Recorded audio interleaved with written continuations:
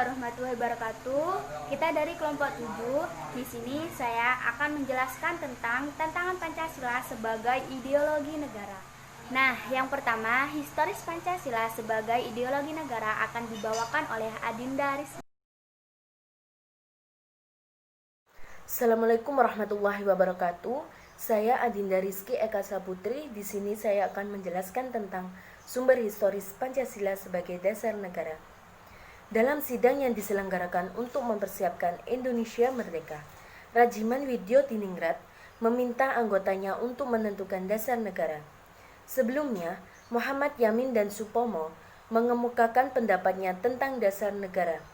Kemudian pada tanggal 1 Juni 1945, Insinyur Soekarno menyebutkan dasar negara menggunakan bahasa Belanda, filosofi Grondslag, bagi Indonesia Merdeka, yang meliputi fundamen, filsafat, pikiran yang sedalam-dalamnya, jiwa, hasrat yang sedalam-dalamnya, untuk di atasnya didirikan gedung Indonesia Merdeka.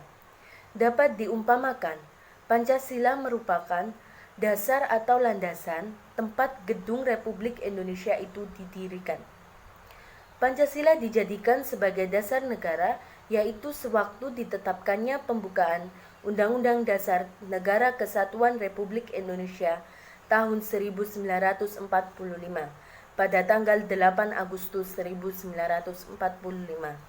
Pada awalnya, pembukaan direncanakan pada tanggal 22 Juni 1945 yang terkenal dengan Jakarta Charter atau Piagam Jakarta.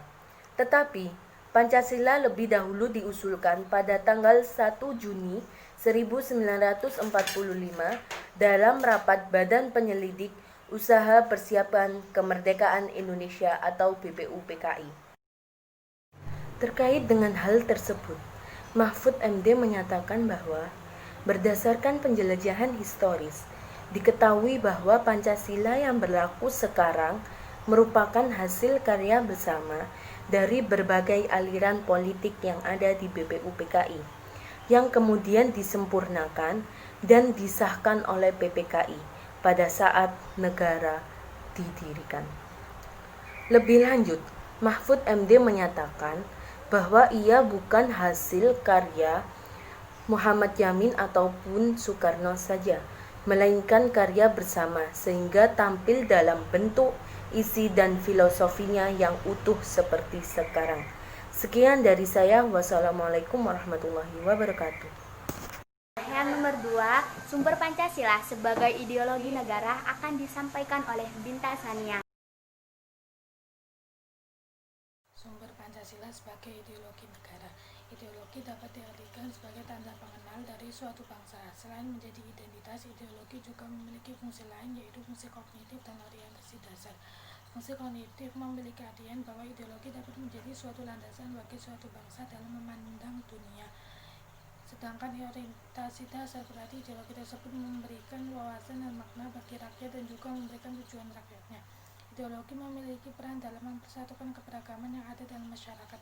Dari paparan tersebut, maka dapat terlihat betapa pentingnya ideologi bagi setiap bangsa. Identitas bangsa Indonesia sendiri tertuang ke dalam ideologi yang dianut oleh bangsa Indonesia, yaitu ideologi Pancasila, yang dirumuskan sendiri oleh Panitia 9 berdasar asas pidato Insinyur Soekarno 1 Juni 1945. Pancasila merupakan suatu landasan bagi bangsa Indonesia dalam melaksanakan segala aspek yang menyangkut kehidupan berbangsa dan bernegara. Selain itu, Pancasila berfungsi sebagai penunjuk arah dalam kehidupan bernegara. Kedudukan sangat penting dalam kehidupan berbangsa dan bernegara haruslah dapat dilestarikan oleh setiap komponen bangsa Indonesia dengan mengimplementasikan nilai-nilai yang terkandung dalam Pancasila dalam kehidupan sehari-hari. Nilai-nilai Pancasila sendiri tercermin dalam setiap sila yang ada di dalamnya. Nilai-nilai itu adalah nilai ketuhanan, kemanusiaan, persatuan, kerakyatan, dan keadilan. Nilai ketuhanan dapat diimplementasikan dan menghargai setiap umat beragama di Indonesia.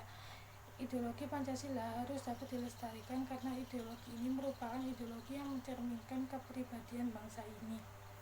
Dan yang paling terakhir ada teman kita yaitu Vistania Fajar akan menyampaikan tentang dinamika dan tantangan Pancasila sebagai ideologi negara. Dinamika dan tantangan Pancasila sebagai ideologi negara. Di dalam sejarah bangsa Indonesia memperlihatkan adanya pasang surut dalam pelaksanaan nilai-nilai Pancasila. Pancasila sebagai ideologi negara dalam masa pemerintahan Presiden Soekarno, sebagaimana diketahui bahwa Soekarno termasuk salah seorang perumus Pancasila, bahkan penggali dan memberi nama untuk dasar negara. Pancasila sebagai ideologi dalam masa pemerintahan Presiden Soeharto diletakkan pada kedudukan yang sangat kuat melalui TAP MPR nomor 2 tahun 1978 tentang pemasyarakatan P4. Pada masa Soeharto ini pula, ideologi Pancasila menjadi asas tunggal bagi semua organisasi politik dan organisasi masyarakat. Adapun faktor-faktor yang mempengaruhi tantangan terhadap Pancasila sebagai ideologi negara meliputi 1 faktor internal dan 2 faktor eksternal. Contoh faktor eksternal yaitu 1. Pertarungan ideologi antara negara-negara superpower antara Amerika Serikat dan Uni Soviet. 2. Menguatnya isu kebudayaan global yang ditandai dengan masuknya berbagai ideologi. 3. Asing dalam kehidupan berbangsa dan bernegara karena keterbukaan informasi. Adapun faktor internal meliputi 1. Pergantian rezim yang berkuasa melahirkan kebijakan politik yang berorientasi. 2. Kepentingan kelompok atau partai sehingga ideologi Pancasila sering terabaikan.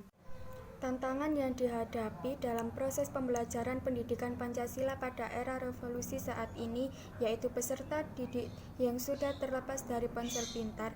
Saat ini mereka dengan mudah mendapatkan informasi dari luar melalui internet yang terkadang informasi tersebut tidak sesuai dengan nilai-nilai Pancasila. Namun hal tersebut juga dapat diatasi dengan cara memanfaatkan perkembangan informasi serta ilmu pengetahuan dan teknologi menjadi media dalam penanaman dan penguatan Pancasila di era revolusi.